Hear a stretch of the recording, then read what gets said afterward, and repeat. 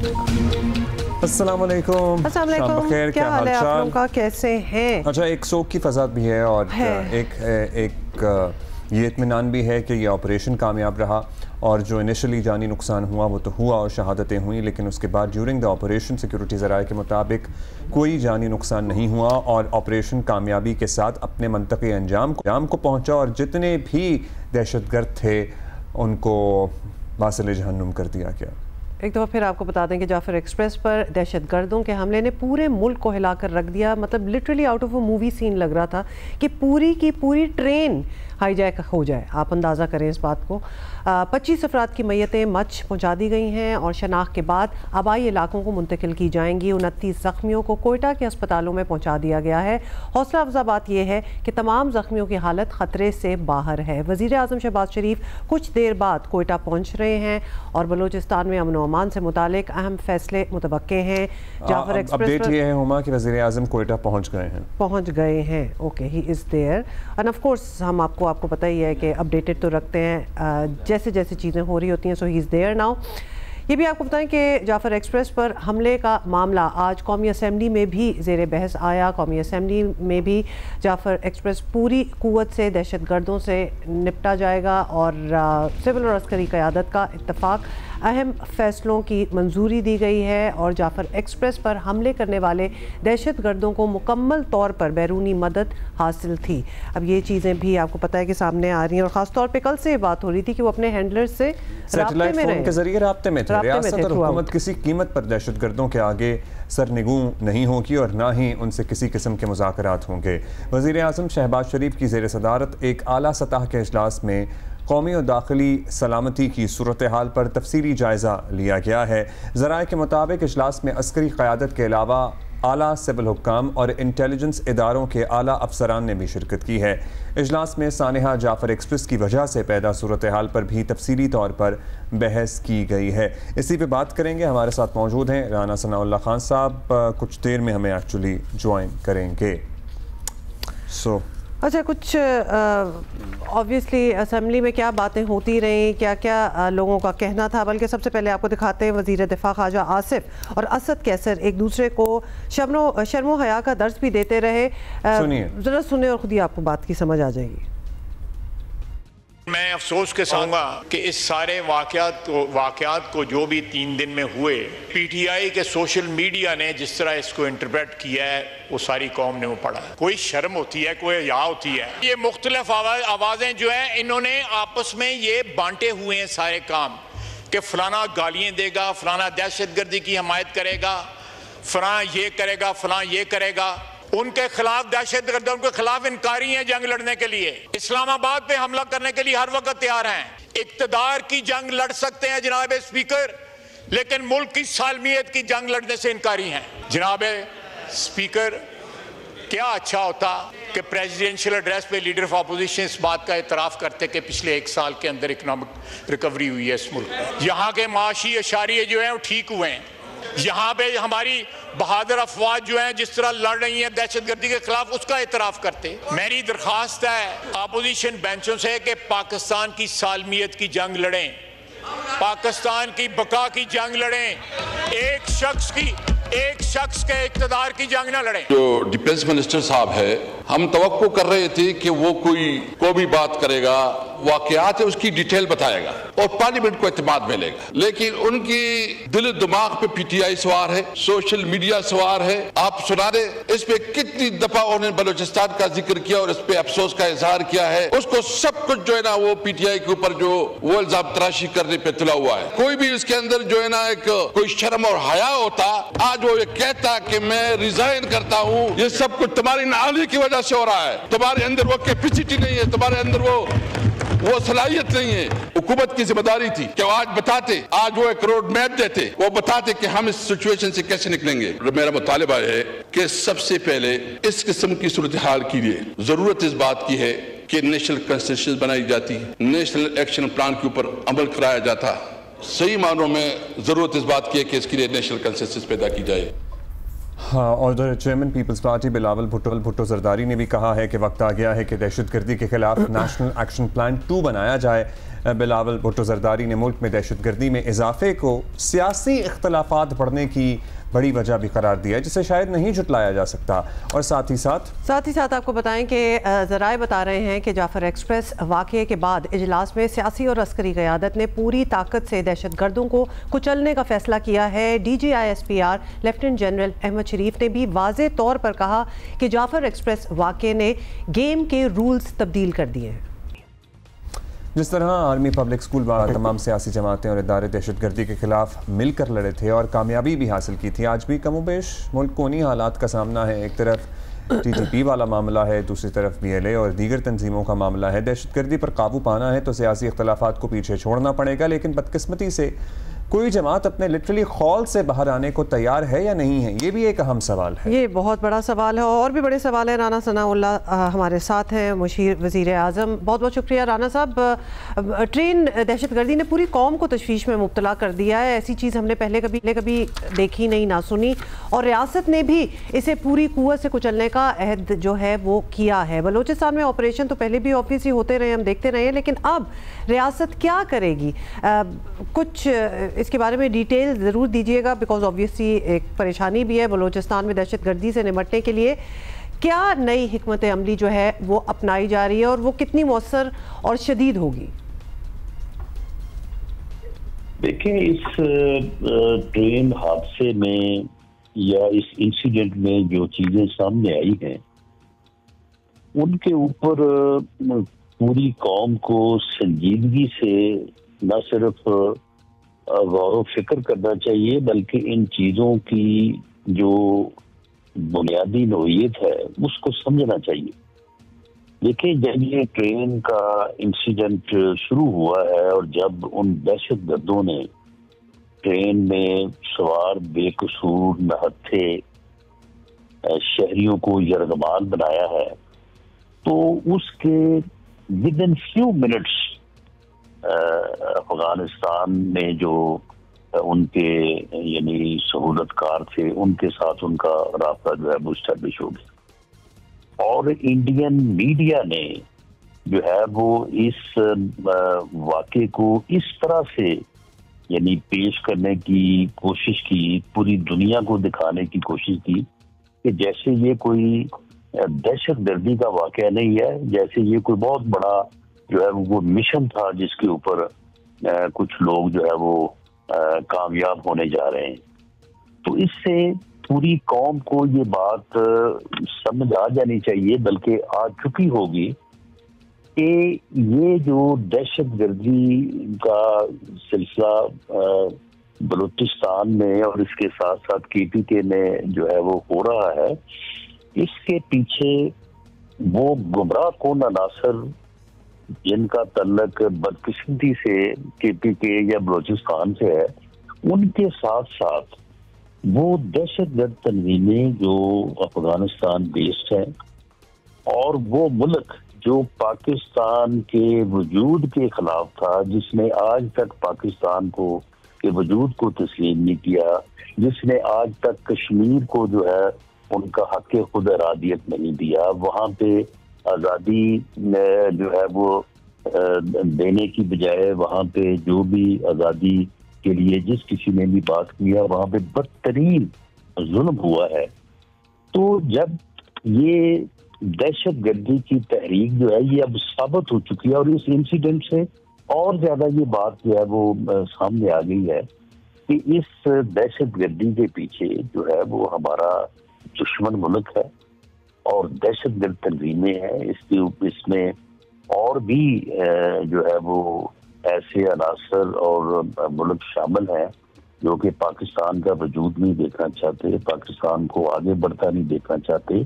उन्होंने जो पैगामात इन दहशतगर्दों ने जो सोशल मीडिया पे दिए हैं वो सीधी सीधी जो है वो CPAC की जो है वो बात कर रहे हैं, वो ग्वादर पोर्ट की बात कर रहे हैं, वो चाइना जो पाकिस्तान की तरक्की के लिए यहाँ पे सरमायाकारी कर रहा है उसको जो है वो थ्रेट कर रहे हैं। इस नासूर को हमने हर कीमत पे जो है वो हमने फाइट करना है और इसको जड़ से उखाड़ फेंकना है। इसके अलावा कोई और ऑप्शन नहीं है हमारे पास, और हमें इस अगर मगर से जो है वो बाहर निकलना चाहिए। और इसके लिए ज़ाहिर है कि एक कंसेंसस होना भी ज़रूरी है। मुल्क में जो सियासी इख्तलाफात हैं वो भी आपके सामने हैं, जिसका असर हर चीज़ पर पड़ता है, यहाँ भी पड़ रहा है। राना साहब, फिर साथ ही पाकिस्तान में दहशतगर्दी में बैरूनी अनासर मुलव्वस हैं। ट्रेन हादसे में भी यही बात साबित हो रही है ना कि सहूलतकारों से राब्ते में थे, सैटेलाइट फ़ोन से बॉर्डर पार बात कर रहे थे। अब हम क्या करें? हम ये बात बहुत अरसे से कर रहे हैं, लेकिन पाकिस्तान इस सिलसिले में अपना मुकदमा मौसर अंदाज में, बेहतर अंदाज में कैसे रखे? जी बिल्कुल, पाकिस्तान आलमी सतह पे अपना मुकदमा जो है वो इससे पहले भी रख रहा है, और अब इस बारे में ये बात बड़े यानी इत्मीनान का बायस है कि इस वाकया को पूरी दुनिया ने कंडेम किया है। पूरी दुनिया ने, कोई मुल्क ऐसा नहीं है सिवाय हिंदुस्तान के और अफगानिस्तान की हुकूमत के और हमारे जो यानी गुमराह अनासर हैं, यानी जो यहूदी लॉबी, या मैं अब अगर उस पार्टी का नाम लूंगा तो फिर कहा जाएगा कि शायद हम जो है वो कोई सियासी मुखालफत की बात कर रहे हैं, लेकिन बहरहाल लोग समझ रहे हैं कि उस जमात के अलावा या उस ग्रोह के अलावा, तो उस टोले के अलावा, और ये दो ममालिक है, इसके अलावा पूरी दुनिया ने इस वाक़े की जो है वो मजम्मत की है। तो इससे अब मैं समझता हूँ कि ये वाक़या खैर बहुत अफसोसनाक था। इसमें जो नुकसान हुआ है, जो चाहते हुई हैं, वो इंतहाई जो है वो दुख और अफसोस की बात है। लेकिन इसमें जो बेहतर हुआ है वो ये हुआ है कि तमाम जो दहशतगर्द थे वो सारे जहन्नम वासिल हुए हैं, और पूरी दुनिया के सामने एक वाज़ेह पिक्चर जो है वो सामने है, और पूरी दुनिया ने कंडेम किया है। और ये जो 2-3 कुव्वतें हमारे मुल्क के अंदर, ये एक सो कॉल्ड सियासी कुव्वत और ये दोनों ममालिक जो है ये सामने आ गए जिन्होंने इसको कंडेम नहीं किया। इसके अलावा बाकी पूरी दुनिया ने कंडेम किया। बिल्कुल ऐसा ही हुआ है। राना साहब, बलूचिस्तान के अलावा केपी में, खैबर पख्तूनख्वा में भी दहशतगर्दी में इजाफा हुआ है। दहशतगर्दी के खिलाफ नई हिकमत अमली के लिए क्या केपी हुकूमत से बात की गई है आपकी तरफ से? जी देखिए, बिल्कुल खैबर पख्तूनख्वा की हुकूमत से बात इससे पहले भी होती रही है, अब भी होगी। देखिए, मामला ये है कि जब APS का वाक़या हुआ था और उसके बाद पूरी कौम जो है वो अपनी जो है वो लॉ एनफोर्समेंट एजेंसी के पीछे खड़ी हुई थी, और वाज़ेह तौर पे जो है वो दहशतगर्दी के खिलाफ एक मौक़िफ़ अपनाया गया था। तो दहशतगर्दी जो है वो ख़त्म हो गई थी, यानी अगले 2-3 सालों में दहशतगर्दी के ऊपर काबू पाया जा चुका था। लेकिन बाद में फिर कुछ पॉलिसियां ऐसी अपनाई गई जिससे जो है वो नुकसान हुआ, और दोबारा ये नासूर जो है ये दार आया। तो मामला ये है कि उससे पहले भी, APS के वाक़े से पहले भी हम अगर मगर में थे कि जी वो तालिबान है, जी वो गुड तालिबान है, वो बैड तालिबान है, कुछ हमारे हैं, कुछ मुखालिफ हैं, तो उनके साथ ये करना चाहिए, दूसरों के साथ वो करना चाहिए। लेकिन जब APS का वाक़या हुआ तो पूरी कौम जो है वो यकसू हो गई, एक जुबान हो गई, और एक मौक़िफ़ के ऊपर जो है वो पूरी कौम खड़ी हो। अब भी मैं समझता हूँ कि हमें किसी ऐसे अंदोनाक वाक़े का इंतजार नहीं करना चाहिए। इस अगर मगर से निकल के हमें ये मौक़िफ़ अपनाना चाहिए कि ये दहशतगर्दी है, ये पाकिस्तान दुश्मनी है।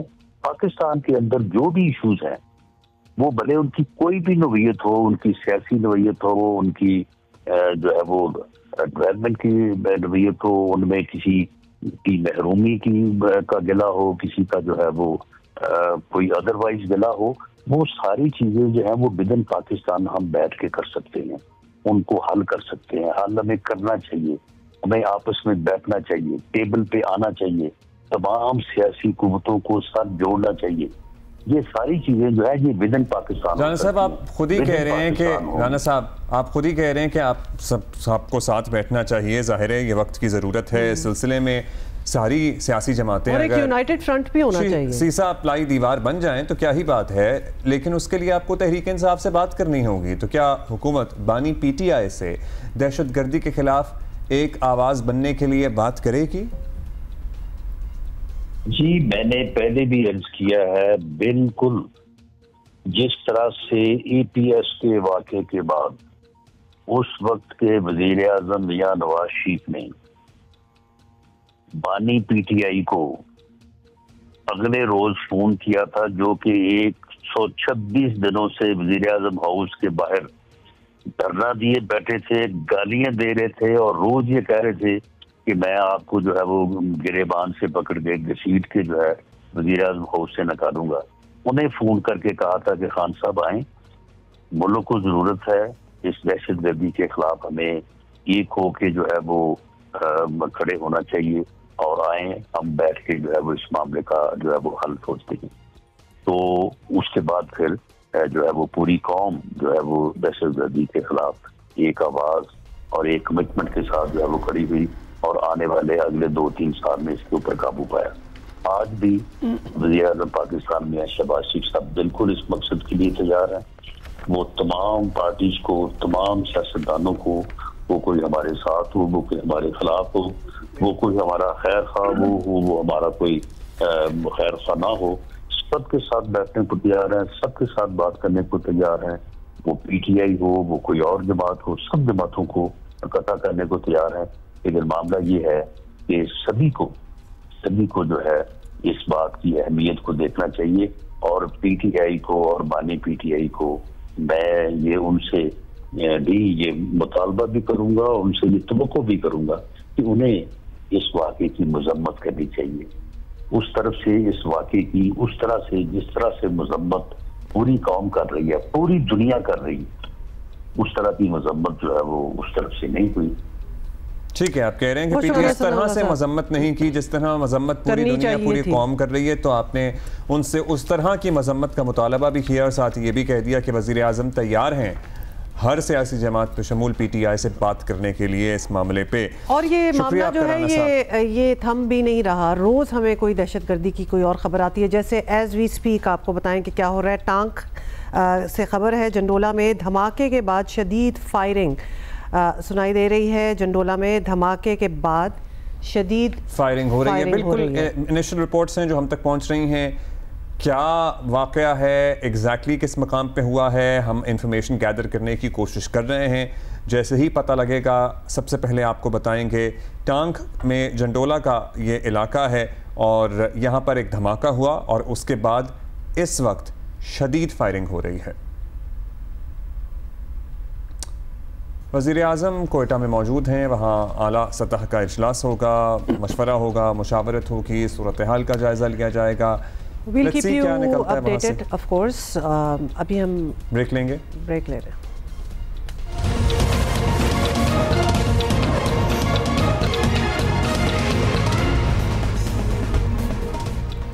वेलकम। अच्छा जी, बाकी चीज़ें तो of course we will keep you updated on whatever is happening. लेकिन एक और इंटरेस्टिंग यूनिक सी चीज़ है आई वुड से जो हम आपको दिखाना चाहते हैं। सरगोदा में रमज़ानुल मुबारक के दौरान इफ्तारी और सहरी की इत्ला शहरियों को देने के लिए आज भी 100 साला पुराना और रवायती तरीक़ेकार जो है वो इख्तियार किया जाता है। और शहर की मरकज़ी जामे मस्जिद से लोहे के पाइप में बारूद भरा गोला जो है बेसिकली शुरली जैसे होती है ना, बस एक काने के अंदर बैम्बू की स्टिक के अंदर बारूद बांध के वो ऊपर शुरली की तरह छोड़ा जाता है। तो आपको पता है ना, ये अब स्लैंग टर्म्स में आ जाता है कि उसने शुरली छोड़ दी या ये हो गया, जब बात बिल्कुल कोई गॉसिप टाइप हो। शुरली इस आतिशबाजी की एक चीज होती है ना, आप समझ गए ना शुरलियां जो होती हैं। जी मैं समझ रही हूं और हम आपको दिखा भी देते हैं। मलिक असगर एक्चुअली हमें रिपोर्ट कर रहे हैं कि क्या होता है, गौर करें। शहर की मरकजी जामिया मस्जिद ब्लॉक नंबर 1 की इंतजामिया साल हर साल से अफ्तारी और सहरी की इतला शहरियों को देने के लिए बारूद का एक गोला फजा में फाड़ते हैं। इस गोले के धमाके की आवाज कई किलोमीटर दूर तक सुनाई दी जाती है। ठा की आवाज आती है, गोला उस वक्त हम रोजा खोल लेते हैं। जब इसी तरह हम ठा बजता है तो उस वक्त हम खाना पीना बंद कर देते हैं। आज के जदीद दौर में भी हम जो है इस गोले का इंतज़ार करते हैं, गोले की आवाज़ से जो है हम जो है अफ्तारी करते हैं। गोला बजाने के लिए एक लोहे का पाइप इस्तेमाल किया जाता है जिसमें बारूद से भरा गोला फजा की तरफ रुख करके उसे आग लगा दी जाती है।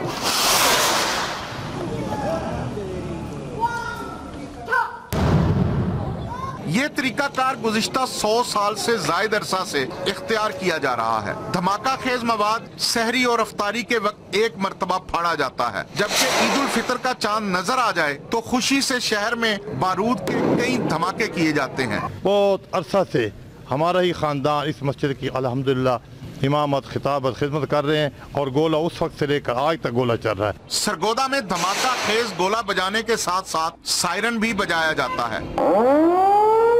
इस सायरन की आवाज भी मीलों दूर तक सुनाई दी जाती है। कैमरामैन जहीर खान के साथ मलिक मोहम्मद असगर, जियो न्यूज, सरगोदा। बड़ी खूबसूरत मस्जिद है। तो दूसरा ये कि हाँ सायरन अभी जरा कम हो गए मेरा ख्याल है बजना। सायरन स्केरी सा लगता है जंग छिड़ गई है। सायरन मुझे अच्छा नहीं लगता। और गोला is so dangerous. What is happening?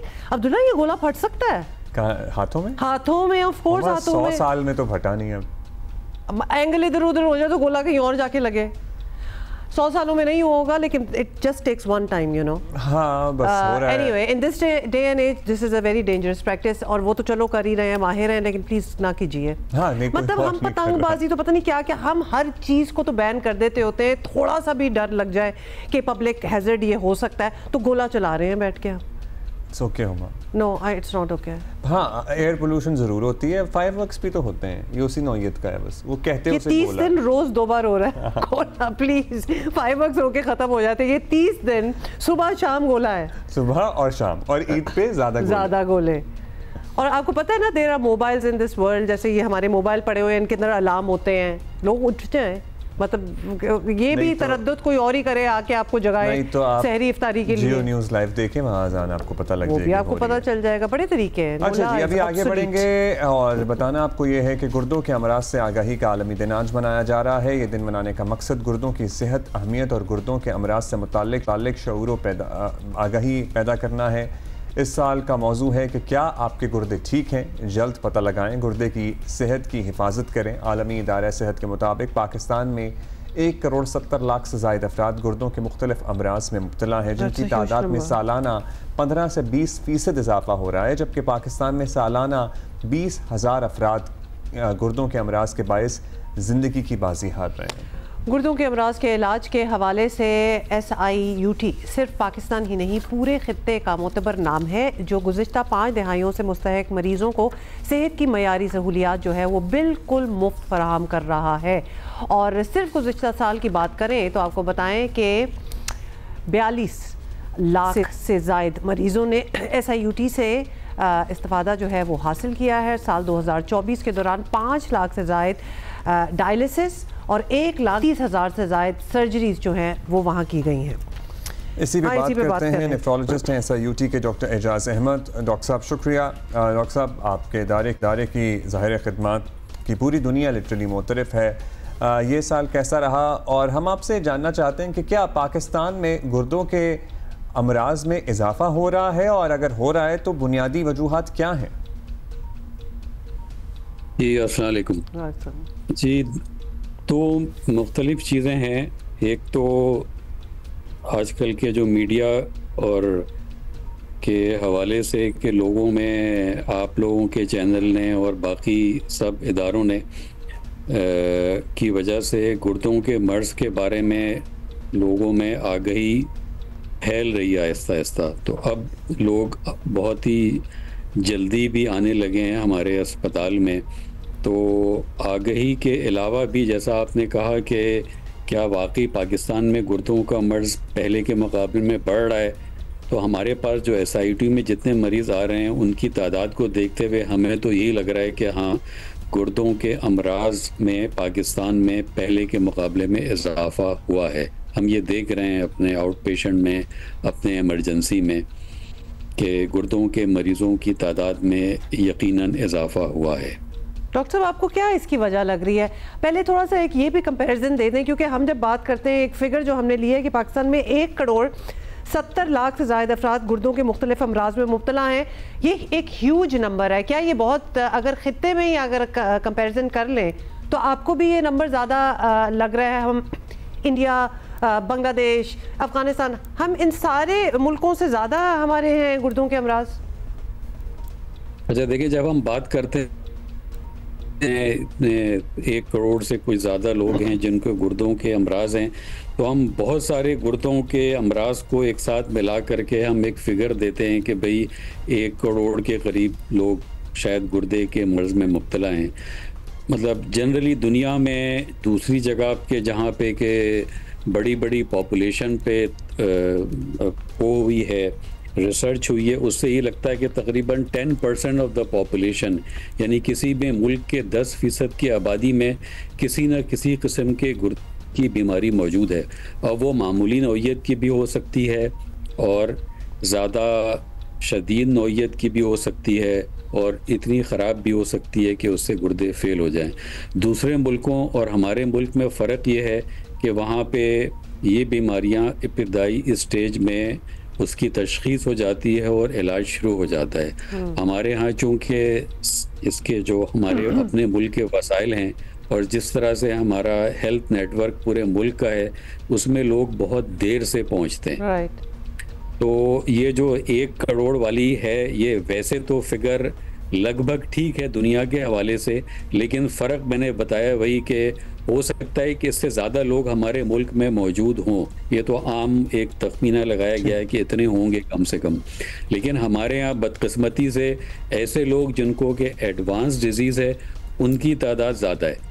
देर से इलाज कराते हैं और उससे पहले अताइयों के हाथ में रहते हैं या फिर डॉक्टर्स तक रसाई ही नहीं है। SIUT की खिदमात की बात करेंगे। डॉक्टर साहब बताइए कि आप कराची में तो सर्टनली मतलब दिहाइयों से हैं, काम कर रहे हैं। पाकिस्तान के और कौन कौन से शहर में आपका इदारा खिदमात सर अंजाम दे रहा है? किस तरह से ये निज़ाम सारा चलता है? जी, तो कराची में हमारा SIUT का एक मेन हॉस्पिटल है, उसके अलावा 5 सैटेलाइट यूनिट्स हैं SIUT के कराची में जहाँ पे के डायलिसिस होती है। अब जो SIUT का मेन सेंटर है, जैसे जैसे मरीज़ों की तादाद में इजाफा हुआ और शुमाली सिंध और साउदर्न पंजाब के लोग भी वहाँ से इतनी दूर दूर से आने लगे, तो हमने एक सेंटर सक्खर में उसकी इब्तिदा की। तकरीबन 12 साल से कुछ ज़्यादा का अरसा हो गया है कि सक्खर में वो सेंटर शुरू हुआ। हमारा ख्याल था कि शायद जब हम एक सक्खर में सेंटर खोल देंगे तो कराची में मरीज़ों की आमद कम हो जाएगी और सारा जो मरीज़ों की उन इलाकों से जो आ रहे हैं जो सक्खर के इर्द गिर्द हैं वो वहाँ चले जाएंगे। लेकिन हमने देखा ये कि जितने मरीज़ SIUT कराची में आ रहे थे उनकी तादाद वही रही और बढ़ती रही और उसी के बराबर एक SIUT सक्खर में ही तादाद में लोग आने लगे। इसका मतलब ये था कि वो लोग के पहले SIUT कराची नहीं पहुंच पाते थे, सिंध के शुमाली इलाकों के लोग या पंजाब के जुनूबी इलाकों के लोग, अब वही लोग SIUT सक्खर जाने लगे। तो आप ये समझ लें कि जो SIUT सक्खर में जो मरीज़ों की OPD हो रही है और वहाँ पे डायलिसिस हो रही है, वो ऑलमोस्ट 60-70% ऑफ SIUT हो चुका है। मतलब 10-15 साल के अरसे में ही। और उसमें पाकिस्तान के हर सूबे से लोग वहाँ भी आ रहे हैं और यहाँ भी आ रहे हैं। तो सक्खर के अलावा हमारा एक और सैटेलाइट डायलिसिस यूनिट बरकाना में है जो अभी फ़िलहाल सिर्फ डायलिसिस होती है, लेकिन ये प्रोग्राम है कि आगे उस ऐसा ही सेंटर में तब्दील किया जाएगा जैसा कि जहाँ पे गुर्दे की हर किस्म की बीमारी का फुल फ्लेज अस्पताल जैसे सक्खर में बन गया, फुल फ्लेज के तौर पे जैसे सक्खर में हो गया। हम कोशिश कर रहे हैं। ब्रीफली ये भी बता दें, बिकॉज वर्ल्ड किडनी डे हम ऑब्वियसली इसको ऑब्जर्व कर रहे हैं, हम अपनी किडनी हेल्थ कैसे बेहतर कर सकते हैं, क्योंकि आपने खुद ही कहा कि हर साल मरीजों की तादाद जो है वो बढ़ती भी जाती है। जी जी बिल्कुल। अच्छा, उसमें 2-3 बहुत ही अहम चीज़ें हैं कि हमारे यहाँ जो और दुनिया में दूसरी जगह जो गुर्दे ख़राबी की बुनियादी वजह है वो हाइपरटेंशन है और शुगर का मर्ज़ है जिसको हम डायबिटीज़ मेलाइटस भी कहते हैं। तो जिन लोगों को भी पहली दफ़ा ज़िंदगी में पता चले कि उनका ब्लड प्रेशर बढ़ा हुआ है, उनको ज़रूर अपने किडनी हेल्थ के बारे में डॉक्टर से रुजू करनी चाहिए। और वो एक बहुत बड़ी तादाद है जिनको कि ब्लड प्रेशर की वजह से किडनी ख़राब भी होती है। और दूसरी जो अहम बात समझने की ये है कि ब्लड प्रेशर पहला साइन या पहली अलामत हो सकती है कि आपके गुर्दे के अंदर किसी किस्म की सोजिश या इन्फ्लेमेशन शुरू हुआ है। तो ये तो ये कि ब्लड जी तो इतनी सिंपल चीज़ जैसे कि ब्लड प्रेशर है उससे आप पता लगा सकते हैं। SIUT बेहतरीन खिदमत सर अंजाम दे रहा है।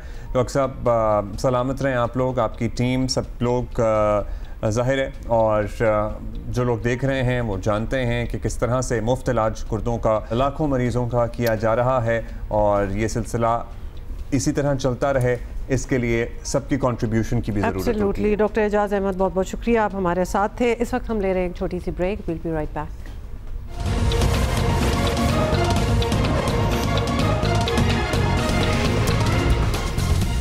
वेलकम बैक जी, आप देख रहे हैं जियो पाकिस्तान। और आपको पता ही है जाफर एक्सप्रेस के इशू के बाद, इस सानहे के बाद बात हो रही है, वज़ीर आज़म कोयटा में मौजूद हैं, बात हो रही है पॉलिटिकल कंसेंसस डेवलप करने की कि इस मसले को और दहशतगर्दी और अमन अमान का जो मसला अब लिटरली अब बहुत ज़्यादा बढ़ गया है, पूरी कौम कंसर्न है, उस पर कैसे काबू पाया जाए। और काबू पाने के लिए सबका एक सफ़े पे होना जाहिर है कि मतलब सारे इख्तलाफात जो हैं उनको अब थोड़ी देर के लिए साइड पे रख दें। और पहले भी हम राना सनाउल्लाह साहब भी हमारे साथ थे शो पे और हम उनसे बात कर रहे थे। वज़ीर आज़म तैयार हैं बात करने के लिए, बिल्कुल। और APS वाला भी एक वो एग्जाम्पल जो है वो रेफरेंस जो है वो दे रहे थे। तो अब हम जरा बात करते हैं कि पाकिस्तान तहरीक इंसाफ क्या सोच रही है। सेक्रेटरी जनरल पाकिस्तान तहरीक इंसाफ सलमान अकरम राजा साहब हमारे साथ हैं। सलमान साहब, हुकूमत से आपके सियासी इख्तलाफात जो हैं वो समझ में आते हैं बिल्कुल, लेकिन दहशत गर्दी तो कौमी मसला है और सियासी इख्तलाफात एक तरफ रख कर आप हुकूमत के साथ एक मुश्तरका हिकमत अमली बल्कि हम तो सजेस्ट करेंगे कि बना लें, क्योंकि हालांकि हुकूमत ऑब्वियसली बार बार आपको ऑफर्स कर रही है। आखिर सियासी जमातों का दहशतगर्दी के खिलाफ कंसेंसस ना होने में रुकावट आपको क्या नज़र आ रही है कि क्यों इतना डिले है? देखिए, दहशतगर्दी पे बिल्कुल पूरी कौम को यकसू होना होगा और हम हैं, मैं समझता हूँ कोई भी दहशतगर्दी के हक़ में नहीं है। हमारी जो हुकूमत खैबर पख्तूनख्वा में है वो सिक्योरिटी इदारों के साथ मुसलसल राब्ते में रहती है, मिल के फ़ैसले किए जाते हैं। दहशतगर्दी का यकीनन सियासत से कोई ताल्लुक़ नहीं, लेकिन आपका ये कहना कि हुकूमत हमारी जानिब हाथ बढ़ाती है या रुजू करती है, बिल्कुल गलत है। कौमी असम्बली में जो हमारे leader of the opposition Omar Ayub साहब, जब इन्होंने तकरीर की, इनकी तकरीर इनको पहले करने नहीं दी गई, रोका गया, फिर उसको नशर नहीं किया गया, TV के जो कैमरे हैं उनका रुख मोड़ दिया जाता है। तो हुकूमत तो मकालमा चाहती नहीं है, लेकिन इसके बावजूद हम पार्लिमान में मौजूद हैं, सेनेट में मौजूद हैं, कौमी असम्बली में मौजूद हैं, वहाँ जो मुतल्लिका कमेटियाँ हैं उनमें हम मौजूद हैं। तो हर सतह पे हम गुफ्तगू हुकूमत से कर सकते हैं, कर रहे हैं। पार्लिमान इसका बेहतरीन फोरम है। पार्लिमान को अगर मौसर बनाया जाए, वहाँ अपोजिशन के वजूद को तस्लीम किया जाए, तो कोई वजह नहीं है कि हम गुफ्तगू ना करें और एक कौमी पॉलिसी जो है उसका हिस्सा ना बने। गड़बड़ी है कि एक वाक़या हुआ और उस पर सोशल मीडिया पे कुछ बच्चों ने ट्वीट्स कर दी। वाक़या ये है कि इस मुल्क में पूरा जो हमारा आइनी और कानूनी निज़ाम है उस पर हमला किया गया है, एक मसनूई हुकूमत कायम की गई है, लेकिन इसके बावजूद हम मौजूद हैं। हम जो हमारे जवान शहीद हुए हैं उनके लिए हम गम में डूबे हुए हैं, हम उनकी मग़फ़िरत की दुआ करते हैं। हम पाकिस्तान को हर तरीके से तवाना देखना चाहते हैं। PTI पाकिस्तान की जगानगत और सालमियत की अलमबरदार है। हमसे बढ़कर कोई इस वक्त पाकिस्तान को मुत्तहिद रखने की पोजीशन में नहीं है। हर सूबे में हम मौजूद हैं और हर जगह हम दहशतगर्दी के ख़िलाफ़ खड़े हैं। हम पाकिस्तान की जो शराफत की अक़दार हैं उनके साथ खड़े हैं। तो हमारा मौक़िफ़ बिल्कुल वाज़ेह है। हम 2 कदम बढ़ाएंगे, अगर कोई एक कदम हमारी जानिब बढ़ाता है, हमारे जायज़ वजूद को तस्लीम करता है, पाकिस्तान के अवाम के वजूद को तस्लीम करता है, तो कोई वजह नहीं कि यकसुई ना हो। अच्छा राजा साहब, सही है, आपने अपने मौक़िफ़ का इजहार किया। सिर्फ बलूचिस्तान नहीं लेकिन खैबर पख्तूनख्वा में भी दहशत गर्दी बहुत बढ़ गई है। अब तासुर यही है कि आपकी जमात सियासी मामलात में ज़्यादा उलझी हुई है और हुकूमत पे तवज्जो नहीं है वहाँ पे, इसीलिए फोकस नहीं रहा। लगातार तीसरी मरतबा खैबर पख्तूनख्वा में PTI की हुकूमत है। आप नहीं समझते कि बतौर जमात दहशतगर्दी पर काबू पाने में आपकी पॉलिसी नहीं चल रही, नाकाम रही है आपकी खैबर पख्तूनख्वा हुकूमत की? नहीं, बिल्कुल गलत है। देखिए, दहशतगर्दी के हवाले से जो पॉलिसियाँ होती हैं वो किसी सियासी जमात या किसी हुकूमत की अपने आप नहीं होती। उसमें जो हमारे इदारे हैं, जो दिफा से मुतल्लिक इदारे हैं, वो शामिल होते हैं। तमाम पॉलिसियाँ जब भी बनती हैं, जब भी उन पर अमल होता है, उसमें हमारे जो इदारे हैं दिफा के, उनकी जो राय है, उनकी जो सोच है, उसका अमल दखल होता है, वो होती है। और इस वक्त इस मुल्क में जो सबसे बड़ा मामला मुझे नज़र आ रहा है वो बदअमनी बलूचिस्तान में है।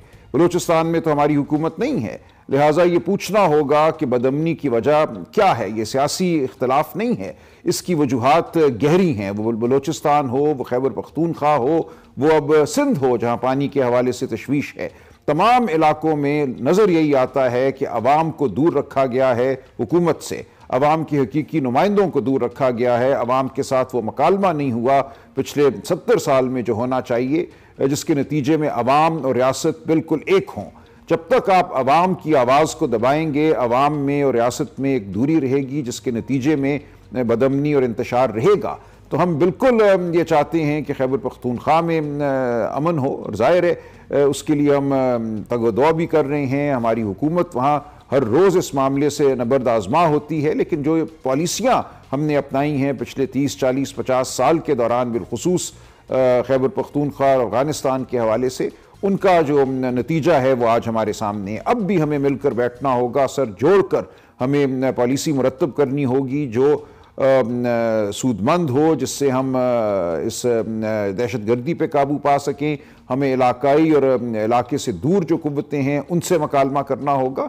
इस सब काम के लिए PTI बिल्कुल मौजूद है और इसमें जुटी हुई है। जी, एक और भी मामला है जिस पे आप बताएं, क्या कहेंगे, क्योंकि हुकूमत जो है वो आप पर इल्ज़ाम लगाती है कि जब भी कोई दहशतगर्दी का वाक़या पेश आता है तो सोशल मीडिया पर तहरीक इंसाफ से मुंसलिक जो अकाउंट्स हैं वो रियासत और रियासती अदारों के ख़िलाफ़ सरगर्म हो जाते हैं।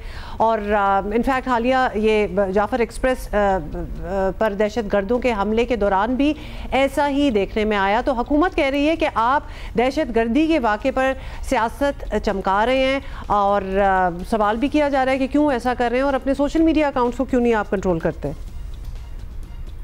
नहीं, बिल्कुल ऐसा नहीं है। देखें, सोशल मीडिया पे हज़ारों लाखों अकाउंट हैं और हमें बिल्कुल ये भी इल्म है कि हमारा नाम लेकर अपने आप को PTI से मुंसलिक ज़ाहिर देकर वो लोग इंतशार फैला रहे हैं, वो लोग ऐसी बात कर रहे हैं जिनका PTI से कोई ताल्लुक नहीं है। ये एक सोची समझी मनसूबाबंदी है जिसके तहत ये किया जा रहा है। लेकिन इससे हट के अगर कोई नौजवान, कोई बुजुर्ग कोई गुस्सा रखता है, उस गुस्से का वो इजहार करता है, तो उसका PTI से कोई ताल्लुक नहीं है। इन तमाम अकाउंट्स को हम कंट्रोल नहीं कर सकते। हमारा मौक़िफ़ ये है कि मुल्क में जब भी बदअमनी होती है, जब भी कीमती जानों का ज़ियां होता है, लोग शहीद होते हैं, तो सबसे पहला फ़र्ज़ हमारा और हर पाकिस्तानी का ये है कि हम उस गम में शामिल हों, हम दुआए मग़फ़िरत करें, और यही कुछ हमने किया। मैं अगर आपको पढ़ दूँ कि जब ये जाफ़र एक्सप्रेस का मामला हो रहा था और इतला आई कि ये मामला है, ये सानिया जो है वो बरपा है, तो मैंने क्या कहा। मेरी ट्वीट आप सुन लीजिए, ये मेरी ट्वीट है 2 दिन पहले की। Pakistan needs unity of purpose, resolve to fight terror and to reach out to those that need to be healed. Deepest condolences for the innocent people who lost their lives in the train attack in Balochistan today. May Allah bless them in Jannatul Firdaus. इसके बाद जो मैंने tweet की वो भी सुन लीजिए। आज हमारा हर सांस जाफर एक्सप्रेस से यरगमाल लिए गए हमारे भाइयों के लिए अल्लाह ताला के हुजूर दुआ है। हम करम मांगते हैं, या अल्लाह उन सब को उनके प्यारों के पास सलामत पहुंचा दे। Now this is our position. हमारा ये है मौक़िफ़। हम समझते हैं कि एक सानहे के दौरान तमाम पाकिस्तानी हम सब एक हैं और हम सब ने इकट्ठे इस दहशतगर्दी का मुकाबला भी करना है और अल्लाह ताला से हमने दुआ भी करनी है। बहुत शुक्रिया हमसे बात करने का। ट्वीट्स नहीं है, बहुत शुक्रिया आपका। लेकिन मुंसलिक जो लोग आपसे हैं उनके बारे में सवालात किए जा रहे थे, और वो सोशल मीडिया की आप बात कर रहे थे, तो वो वाली बात मानने वाली नहीं है जो आप कह रहे हैं कि बहुत से ज़्यादा अकाउंट्स हमारा नाम लेके, मतलब वेरीफाइड अकाउंट्स होते हैं और कुछ तो आपके पार्टी मेंबर्स भी रह चुके हैं पहले। सो इन एनी केस, अच्छा जी, अब आगे बढ़ेंगे और क्रिकेट की बात करेंगे बड़ी देर। कौमी क्रिकेट टीम दौरा न्यूजीलैंड के लिए क्राइस्टचर्च पहुंच गई है। पाकिस्तान और न्यूजीलैंड के दरमियान 5 मैचेस की सीरीज़ का पहला T20 16 मार्च को खेला जाएगा। कौमी स्क्वाड में बैटर अब्दुल समद और ऑलराउंडर हसन नवाज भी शामिल हैं, जो पहली बार पाकिस्तान टीम में मुंतखब हुए हैं। नए टैलेंट को मौका न देने की शिकायत हमारे यहाँ हमेशा ही रही है। डेब्यू करने वाले इन दोनों खिलाड़ियों पर अब मुनहसर है कि वो मौके से फ़ायदा उठाएं और मौका भी प्रॉपर दिया जाए। अच्छा जी, चैंपियंस ट्रॉफी और उससे पहले ट्राई सीरीज़ में पाकिस्तान टीम न्यूजीलैंड से एक मैच भी नहीं जीत पाई, had to be said again. और इस वक्त भी कौमी टीम का मोराल जो है वो बहुत नीचे है। पाकिस्तान अगर न्यूजीलैंड से सीरीज़ जीत जाता है तो यकीनन ना सिर्फ पाकिस्तान टीम का मोराल बेहतर होगा, बल्कि मायूस हुए शायकीन क्रिकेट जो है ना, उनको भी कुछ हौसला मिलेगा कि there is some cricket still left in us. तो कौमी टीम की हालिया परफॉर्मेंस के बाद तो टीम में आपको पता है कि कुछ तब्दीलियाँ हुई, मगर पाकिस्तान क्रिकेट बोर्ड के मामलात बज़ाहिर वैसे ही चल रहे हैं, तो नथिंग रियली चल रहे थे। हाँ। पहले बैटिंग कोच मोहम्मद यूसुफ ने टीम के साथ न्यूजीलैंड जाने से इनकार किया, मगर टीम की रवानगी से कुछ घंटे पहले आमादगी दे दी। क्या हुआ वैसे? इस पर भी बहुत सी बातें हो रही थी। ऐसी इत्तलात आई थी कि नेशनल T20 कप के लिए डोमेस्टिक क्रिकेटर्स की मैच फीस 40,000 से कम करके 10,000 रुपये की जा रही है। अब PCB के चेयरमैन मोहसिन नकवी ने हुकाम को इस फैसले से रोक दिया है। ये वैसे फैसले पहली ही फुर्सत में कर कौन रहा था? पाकिस्तान क्रिकेट बोर्ड में फैसले कौन कर रहा है? ये सर्टनली एक अहम सवाल है। प्लीज, मैं अभी तक नहीं भूली कि ICC चैंपियन की क्लोजिंग सेरेमनी में पाकिस्तान की रिप्रेजेंटेशन कहाँ थी? सोहेल इमरान हमारे साथ मौजूद हैं। ये बहुत बड़ा सवाल है, बिल्कुल पूछना है। हमारे साथी हैं सोहेल इमरान, बड़ी गहरी नज़र है इनकी क्रिकेट के मामलात में। सोहेल भाई बताइएगा, सबसे पहले तो ये कि ये मैच फीस वाला मामला है, मैंने भी देखा कि चेयरमैन ने वापस ले लिया है फैसला या मना कर दिया है इसको एग्जीक्यूट या इम्प्लीमेंट करने से। ये आइडिया किसका था? क्योंकि पहले ही हमारे डोमेस्टिक क्रिकेटर्स पे हमारी तवज्जो कम है और हम चाहते हैं कि वहाँ से हमारे पास टैलेंट आए। अब्दुल्ला, मैं तो ये कहना चाहूँगा कि पाकिस्तान क्रिकेट बोर्ड में खासे साइंसदान बैठे हुए हैं और वो एक ऐसे फार्मूले सामने लेके आते हैं कि जिसके बाद पाकिस्तान क्रिकेट बोर्ड और चेयरमैन मोहसिन नकवी को या तो उसके ऊपर एक्शन लेना पड़ता है या उनके लिए कुछ चीज़ें जो हैं वो बाइसे तशवीश बनती हैं, कुछ के ऊपर उनको बहुत ही ज़्यादा जो शर्मिंदगी का भी सामना करना पड़ता है, उनको जवाब देने पड़ते हैं। जी, एम्बैरेसिंग, ये वाला वर्ड आपने बिल्कुल दुरुस्त इस्तेमाल किया, मैं भी यही कहना चाह रहा था।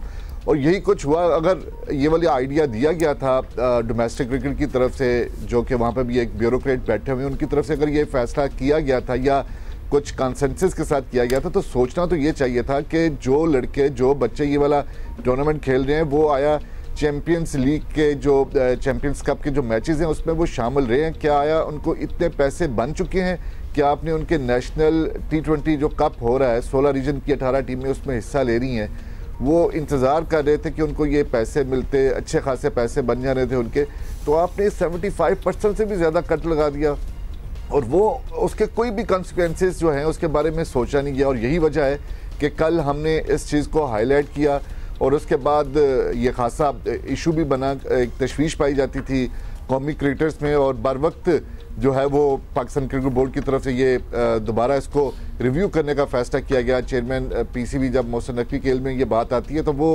उसको रिव्यू किया जाएगा। तो उम्मीद यही की जाती है कि अगर उनको 40,000 रुपया ये चैंपियंस कप के मैचेस का मिलता था तो उनको उतनी ही पैसे मिलने चाहिए अगर वो प्लेइंग 11 में शामिल हैं। अच्छा, अब जल्दी से बहुत सी बातें हैं तो एक एक करके आपसे पूछ रहे हैं। दूसरा वापस आ जाते हैं चैंपियंस कप पे ICC, ये पाकिस्तान की रिप्रेजेंटेशन ना होना, क्या PCB ने ये बात उठाई? चैंपियंस ट्रॉफी में PCB ने बात उठाई, ICC ने क्या जवाब दिया? कोई जवाब आया? जो आया था उस दिन हम ही ने बताया था कि वो चेयरमैन हमारे रिप्रेजेंटेटिव थे और वो नहीं थे तो इसलिए नहीं था कोई भी। जी बताइए। जी अब्दुल्ला, क्योंकि पाकिस्तान क्रिकेट बोर्ड ने बाकायदा तौर पर इसके ऊपर अपना उठाया था इस मामले को कि हमारा वहाँ पर नुमाइंदा मौजूद था और उनको बुलाना चाहिए था, और उसके बाद से अब तक जो मेरी इतलात हैं कि कोई जवाब इसके ऊपर नहीं आया। आए बाएँ शायद ICC करती रहेगी। कल आपने देखा जिस तरीके से, जिस अंदाज से चेयरमैन जय शाह ने ट्वीट किया, उस पर पाकिस्तान का नाम नहीं था। फिर उसके बाद उनका जेफ अल्ड्रेस जो कि पहले ही वो उहदे से दस्तबरदार हो चुके हैं और मेरा ख्याल उनकी एक आखिरी असाइनमेंट थी और आखिरी ही स्टेटमेंट होगी जिसमें उन्होंने पाकिस्तान का और UAE का शुक्रिया अदा किया। तो मेरा नहीं ख्याल कि इसके ऊपर, क्योंकि उनसे गलती हुई है वो अब किस अंदाज से उसको तस्लीम करेंगे, करते हैं या नहीं करते हैं, तो क्या ही कहें उसे, मतलब सब पता था। ऐसा लगता है जानबूझकर, गलती तो नादानिस्ता भी हो सकती है ना, ऐसा लगता है जानबूझकर किया गया। जो जितने भी ये वाकयात हुए इस पूरी चैंपियंस ट्रॉफी के दौरान, मुझे तो ये ऐसी चीजें नजर आती हैं कि इसको डेलिबरेटली जो है वो इश्यूज बनाए जाते रहे। मैच किसी का था, तराना का बच जाना, क्योंकि वो ब्रॉडकास्टर्स हमारे कंट्रोल में नहीं होते ना, वो सारी मैनेजमेंट भी किसी और के हाथ में थी। इतनी मिसमैनेजमेंट, इतने वाकयात, इतनी कंट्रोवर्सीज, मैं भी जितनी देर से चैंपियंस ट्रॉफी के ये देख रहा हूँ या आईसीसी के इवेंट्स देख रहा हूँ, इतना कुछ नहीं हुआ जितना इस इवेंट के दौरान हुआ। मैं तो यही कहूँगा कि मे बी इसको या तो उतना ध्यान नहीं दिया गया या कुछ चीजें जो है वो डेलिबरेटली की जाती रही। अच्छा, डेलिबरेटली भी अगर किया गया है तो मतलब हम मुंह में चने डाल के बैठे हुए हैं, हम मतलब क्यों नहीं बोल रहे, ज्यादा क्यों नहीं बोल रहे, हमने एक्सेप्ट क्यों कर लिया ये सब कुछ जो हमारे साथ होता जा रहा है। नहीं, तीनों मामले के ऊपर जो जितने भी मैंने नोट किया, ये जो पॉइंट आउट आपने चीजें की हैं, इन सब के ऊपर पाकिस्तान क्रिकेट बोर्ड ने आवाज उठाई है। लेकिन का मामला हो, लोगों का मामला हो, और उसके बाद ये जो रिसेंटली तकरीब से पाकिस्तान को गायब करने वाला मामला, तो फिर क्या इसमें हम यही समझें कि हमारा ही कसूर होगा कि हमने अपनी इतनी इज्जत नहीं कराई कि कोई हमें सीधे मुंह जवाब तो दे दे। क्या ये सारे मामलात का कोई जवाब आया? Nothing is satisfactory. तो हमें क्यों ये इस तरह ट्रीट किया जाता है कि they can get away with it? ये प्रॉब्लम है। कोई और ये मुल्क हो रहा होता कहीं और तो जवाब तो देते ना, कोई सेटिस्फाई तो करते अगले को। बिल्कुल दुरुस्त कह रही हैं हुमा आप, और डेफिनेट। अच्छा, मोहम्मद यूसुफ वाला मामला क्या था? पहले वो क्यों नहीं जा रहे थे, फिर वो कैसे राजी हो गए? अब्दुल्ला, उनका जेन्युइन मसला था। जब पहले पता चला कि वो नहीं जा रहे और फिर हमें खटका यही कि इसके अंदर कोई और कहानी है, लेकिन जब हमने इस हवाले से जानने की कोशिश की तो हमें भी यही पता चला था कि उनकी जो बेटी थी उनकी वो नहीं थी, तबीयत अच्छी नहीं थी और वो उसको छोड़ के जाना नहीं चाह रहे थे कि शायद उनका कोई जो उनकी अहलिया भी थी और वो भी पाकिस्तान में मौजूद नहीं थी या मौजूद नहीं थी, इनको टेक केयर करना थी। लेकिन इस दौरान जब उनको पता चला कि उनकी तबीयत, डॉक्टर्स ने कहा कि खासी बेहतर हो रही है पहले से, और दूसरे जो उनके फैमिली में एक ऐसा था कि वो कोई और मौजूद नहीं था, वो भी उनके साथ अरेंजमेंट हो गया, तो फिर फैसला यही किया गया मोहम्मद यूसुफ की तरफ से कि वो पाकिस्तान टीम को ज्वाइन करेंगे और साथ टीम के ही जाएंगे क्राइस्टचर्च। अच्छा, अब सारी बातें छोड़ दें। अब जो गई है टीम, चले गए हैं, उनमें नए भी जो हैं जिनके लिए obviously it's going to be a fantastic experience. पहली बार गए, मोरल क्या आपको लग रहा था? क्या आपकी मुलाकात हुई? बिकॉज अब हम पिछली तो सारी बातें करते रहेंगे but it's a new day tomorrow, और ऑब्वियसली 5 T20 हैं तो काफ़ी चांस है अपने स्कोर्स बेहतर करने के और अपने आप को मनवाने के। एक तो हम न्यूजीलैंड के साथ बहुत ज़्यादा खेल चुके हैं। मुझे तो ऐसे लगता है जैसे हर दफ़ा हम न्यूजीलैंड के साथ ही खेल रहे होते हैं। पिछले 2.5 सालों में वाइट बॉल की बहुत ज़्यादा सीरीज हुई हैं और पाकिस्तान में भी हुई। हमने न्यूजीलैंड में भी जाकर खेला। पिछले साल जनवरी में हमने न्यूजीलैंड के खिलाफ खेला जिसमें 4-1 से हमें शिकस्त भी हुई। तो न्यूजीलैंड के बहुत ज़्यादा एक्सेसिव क्रिकेट होने की वजह से लोगों की उस तरह की दिलचस्पी नहीं है, ना ही लोग हमसे पूछ रहे हैं कि कब मैच हो रहा है, क्या नहीं है। दूसरा, जिस चीज़ का आपने पूछा, मैं हो सकता है कि मेरी इस बात से लोगों को थोड़ा सा बुरा भी लगे, ये जिस तरह का कैंप हुआ 4 रोज़ का यहाँ पर, जो पहले रोज़ 9 बजे रात को शुरू हुआ अफ्तारी के बाद, फिर 3 दिन जो है वो 8 बजे शुरू हुआ और 2 दिन प्रैक्टिस मैच खेला जाता रहा, 2 दिन नेट प्रैक्टिस की। मुझे इस तरह का ये फील हुआ, मुझे फर्स्ट टाइम शायद हुआ हो ये फील कि वो जो जिस तरह एक तरह जेल होते हैं, जो एक स्टाइल रहा है पाकिस्तान के कैंप्स का, वो मुझे इस पर थोड़ा सा फुकदान नजर आया। ये शायद उसकी ये वजह थी कि पाकिस्तान टीम हारी हुई थी, तितर-बितर हुए थे, नए लोग आए हुए थे, नया कप्तान था। अच्छा, वो जो नए लड़के हैं उनका तो जाहिर है मोराल अच्छा होना चाहिए, उनको मौका मिल रहा है। लेकिन वो जेल होने की बात कर रहे हैं ना, आधे नए हैं तो आधे बेचारे नए, पुरानों को ही नए को वेलकम। लेकिन जो इंटेंट थी, जो नौजवान खिलाड़ियों में जो इंटेंट थी, जो उनको मैसेज दिया गया, जैसे अब्दुल समद थे, इस तरह हसन नवाज हैं, मोहम्मद अली बॉलर हैं, इसके साथ साथ जितने भी लोग थे, वो हमें उनकी इंटेंट ज़रूर नज़र आई है। मोहम्मद हारिस हैं, जब हमने सिनेरियो बेस्ड मैच कवर किया यहाँ पे देखा, तो वो शुरू से ये नहीं है कि वो टाइम ले रहे हैं और सेट होने की कोशिश कर रहे हैं। उन्होंने आते सारी, जिस तरह का आजकल मॉडर्न डे क्रिकेट का मैसेज उन्हें दिया गया है, वो ज़रूर नज़र आया। वो जो बात मैंने की है वो अलग है, वो ट्रेनिंग के ऊपर उसकी बात नहीं कर रहा। जो एक होता है ना माहौल, शायद इस सीरीज के दौरान सारे जल्द होते हुए नजर आए और उनकी बॉडी लैंग्वेज उस तरह की हो कि हमें चले, वी कैन ओनली होप कि वो अब जब वापस आएंगे तो ठीक ठाक जेल हुए वापस आएंगे, क्योंकि 5 T20 तो वो खेल ही रहे होंगे और इतना अरसा साथ गुजारेंगे। Sohail Imran, thank you for giving us update.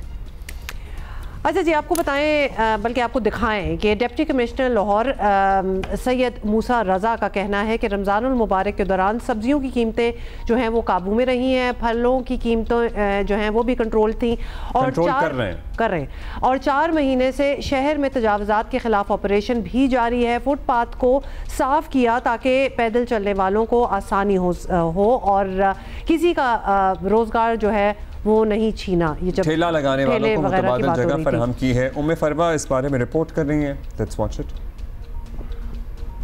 Lahore की ज़िला इंतज़ामिया शहरियों को मुनासिब कीमतों पर अशिया खुर्दोनोश फराहम करने के लिए मुतहरिक है। DC लाहौर सैयद मूसा रज़ा कहते हैं कि रमज़ानुल मुबारक में आलू, प्याज और टमाटर समेत दीगर सब्जियों की कीमतें काबू में हैं। फलों की कीमतें कम करने के लिए भी कोशिश कर रही हैं। जल्द ही फलों की कीमतों में भी नुमाया कमी आ जाएगी। फ्रूट्स के हवाले से उसमें फ्रूट की सप्लाई लाइन पे भी वे वर्किंग, क्योंकि आपको पता है कि रमज़ान में जो है डिमांड बढ़ती है तो वो सप्लाई लाइन में हमें अकॉर्डिंगली बढ़ानी पड़ती है। तो we working on the fruit supply line also. तो आने वाले दिनों में रमज़ान में आपको इसकी स्टेबिलिटी भी नजर आएगी। शहर में तजावुज़ात के हवाले से DC लाहौर ने कहा कि मुख्तलिफ मार्केटों में दुकानों के बाहर रखे काउंटर, सामान, ठेले और रेडियाँ हटा दी हैं। मरकजी सड़कों के किनारों से भी रेडियाँ हटाकर मुतबादिल मकामात पर मुंतकिल कर दी हैं। शहरियों ने सुख का सांस लिया है। Government Punjab, chief minister Punjab की डायरेक्शंस थी कि हमने बाजार खुले करने हैं। जो हमारे फुटपाथ्स है we have to make them कि वहाँ पे लोग वॉक कर सकें।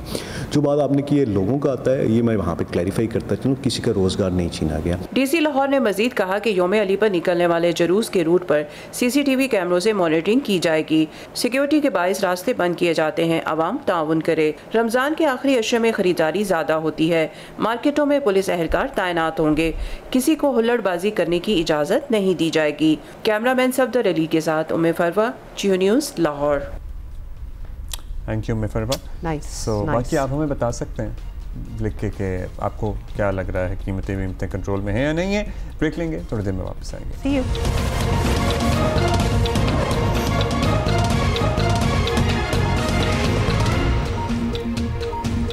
अब ये सुनिए जी, 16 सारिफीन से सप्लाई होने वाली बिजली की कीमत 10 रुपये फ़ी यूनिट मुकर्रर कर दी गई है। ACC ने फैसला किया है। नेट मीटरिंग के तहत हुकूमत सोलर इस्तेमाल करने वाले सारिफीन से 27 रुपये फ़ी यूनिट बिजली खरीद रही है। लेकिन इस सिलसिले में वज़ीर के वफाकी वज़ीर कह चुके हैं कि जिनके मुआहदे हो गए हैं उनके तो हो गए हैं, जो अब नए सारिफीन होंगे उनसे बिजली 10 रुपये फ़ी यूनिट के हिसाब से ख़रीदी जाएगी।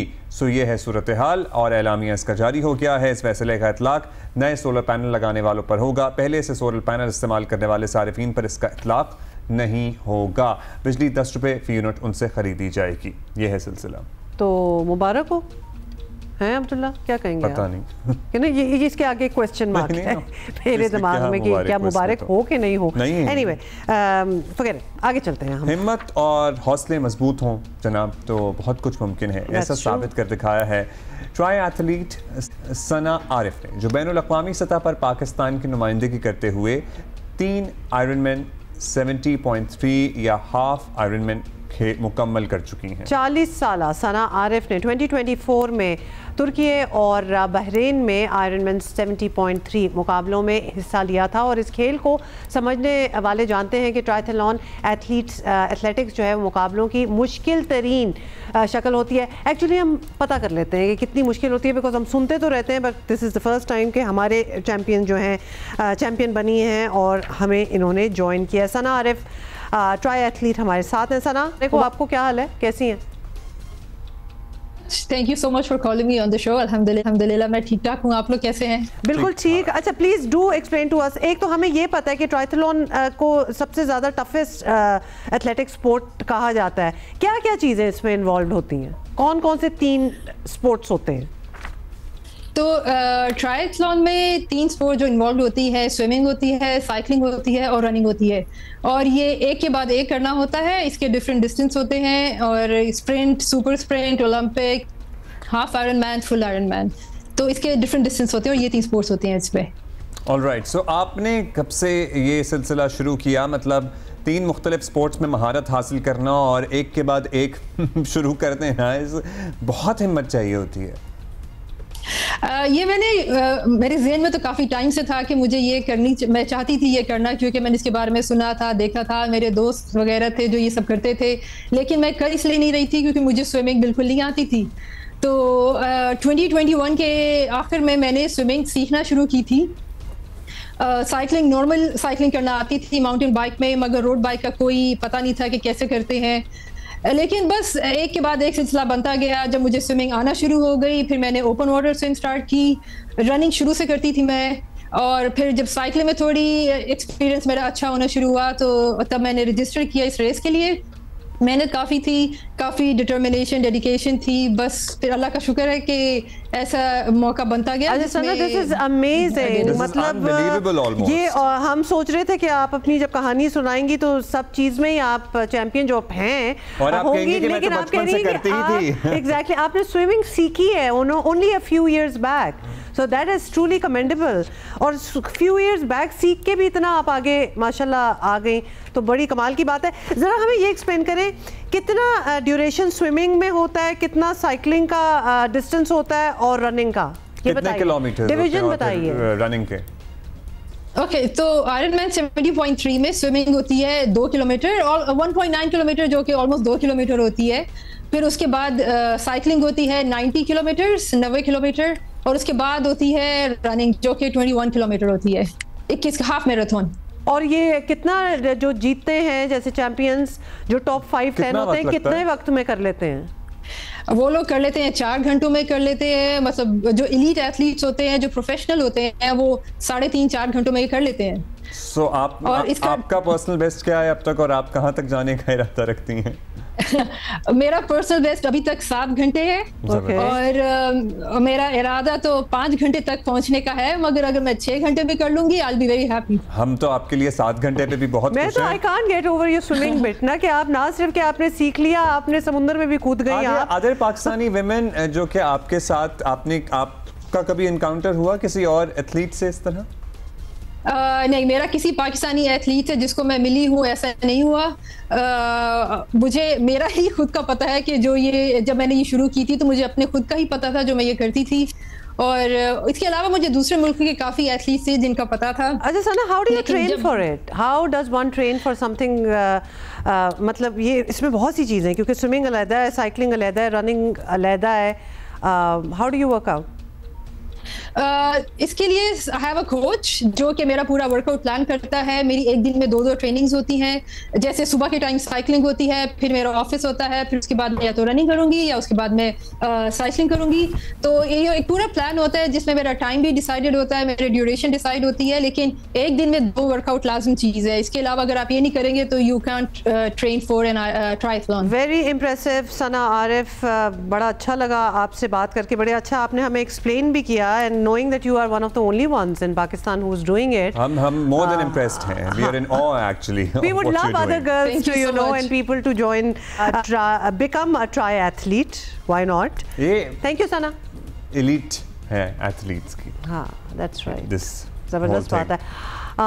हम ब्रेक लेते हैं।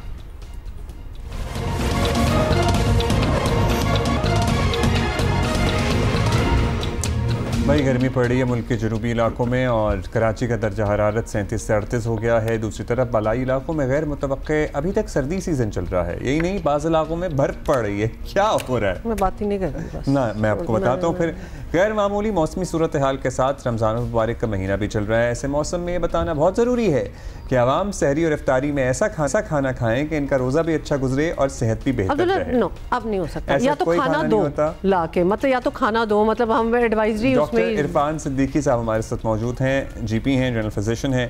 डॉक्टर साहब बताइएगा प्लीज, इस तरफ मुल्क में रहने वालों के लिए क्या ज़रूरी है, किस तरह से अपने आप को हाइड्रेट रखें? दिन में बहुत गर्मी है। अस्सलाम वालेकुम, पहले तो आपको रमज़ान मुबारक। और ये देखें, पिछले 1 हफ्ते के अंदर ना क्लाइमेट शिफ्ट हुआ है और बहुत ज़्यादा हीट एग्जॉशन का जो इन्वायरमेंट है वो स्टार्ट हो गया है, टेम्परेचर बहुत राइज हो गया है।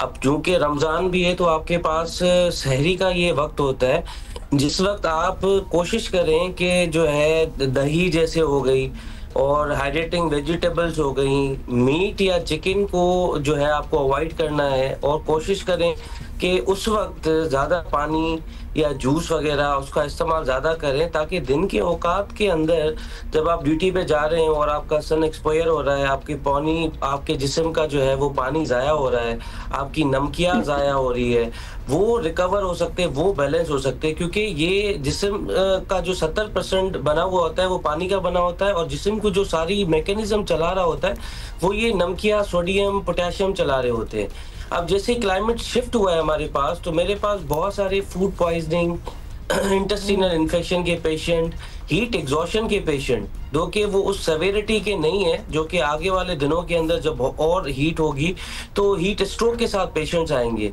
लेकिन हम उनको यही बता रहे हैं कि भाई अगर गैर ज़रूरी घरों से बाहर ना निकलें, और जो ये पीक आवर्स होते हैं 11 to 5 जिसके अंदर हीट टेम्परेचर बहुत ज़्यादा होता है, अगर उसके अंदर निकलना भी है तो शेड्स के अंदर रहें, लूज कपड़े पहने, लाइट कलर के कपड़े पहने, और रोज़े के वक्त कोशिश करें कि हैवी खाना नहीं खाएं, और खजूर और पानी और जूसेस का इस्तेमाल ज़्यादा करें। डॉक्टर साहब, आप यकीन माने कि जो सारी बातें आप बता रहे हैं हम भी फ्रॉम टाइम टू टाइम ये अपने व्यूअर्स को ये बताते रहते हैं, एंड ऑब्वियसली कोई ऐसा नहीं है जिनको ये सारी बातें ना पता हो, लेकिन रीप्लग करना बहुत ज़रूरी है, बिकॉज अक्सर इग्नोर कर लेते हैं कि जी बड़ा अच्छा माहौल चल रहा है, बड़ी अच्छी हेल्थ है हमारी, we don't need it but we all do. ये बताइएगा डॉक्टर साहब, प्रीएम्प्टिवली भी कोई चीज़ ली जा सकती है? जैसे आपने कहा है कि गर्मी है, पसीना आता है, सॉल्ट्स बॉडी के निकल जाते हैं एंड ऑल दैट, तो उसके लिए इफ्तारी के बाद कोई ORS टाइप चीज़, कोई सॉल्ट्स बैलेंस हो जाए, वो वैसे ही अपनी डाइट का हिस्सा बना लें, कुछ ऐसा भी किया जा सकता है? देखिए, ये तो बहुत इम्पोर्टेंट है, और इसके लिए जैसे मैंने आपको बताया जो फ्रूट्स हैं उनका बहुत अच्छा रोल है।